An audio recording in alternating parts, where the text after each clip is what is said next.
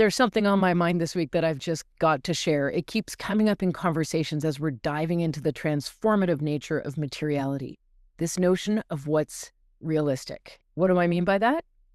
Let's go. Does this sound familiar to you? You're talking about transformation, about true sustainability, real positive change. You're envisioning something so transformative that really, truly, we thrive. And the response you get is, well, we need to be realistic.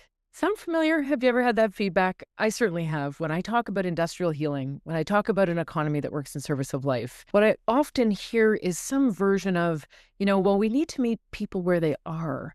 We need to be realistic about the changes. I respect where that's coming from, but I beg to differ. I think being realistic is unrealistic. When being realistic means we need to work within the confines of what we have. We need to color within the lines of what we've been taught about business, about society, about culture, about what we are here to do as people, as folks contributing to economic well-being.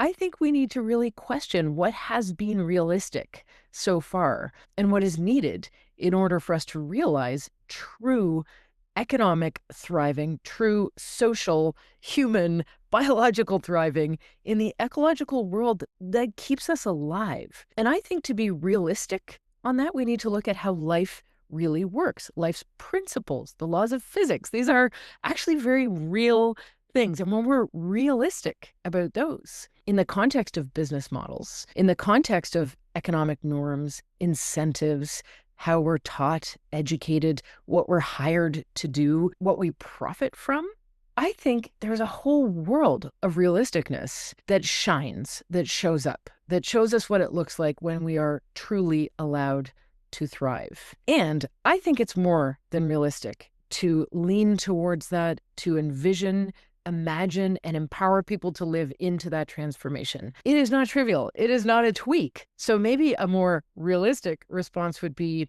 this is not a tweak. But to say it's not realistic, that response is not realistic. There's a very fair question that comes hot on the heels of this kind of thinking, which is, okay, so maybe it's realistic to go through this massive transformation to truly change economic norms, companies, industries at all scales and all regions across all sectors. Maybe that transition is realistic, but how? I appreciate that question. I think the only possible answer we have to that right now is how else? That's not a cheat. I don't mean to be trivial or glib about the number of things and the depth and breadth of what has to change. But if we don't even invite that this is the way forward, the likelihood of us going that way is slim to none. I think it's worth dreaming about and envisioning in ways that can be discussed, steps taken, goals set, visions put forward, investors engaged, funders engaged, strategists engaged, and everyone engaged in an economy that serves life. Anything else, in this person's humble opinion, refugee from the sustainability world, it's not realistic.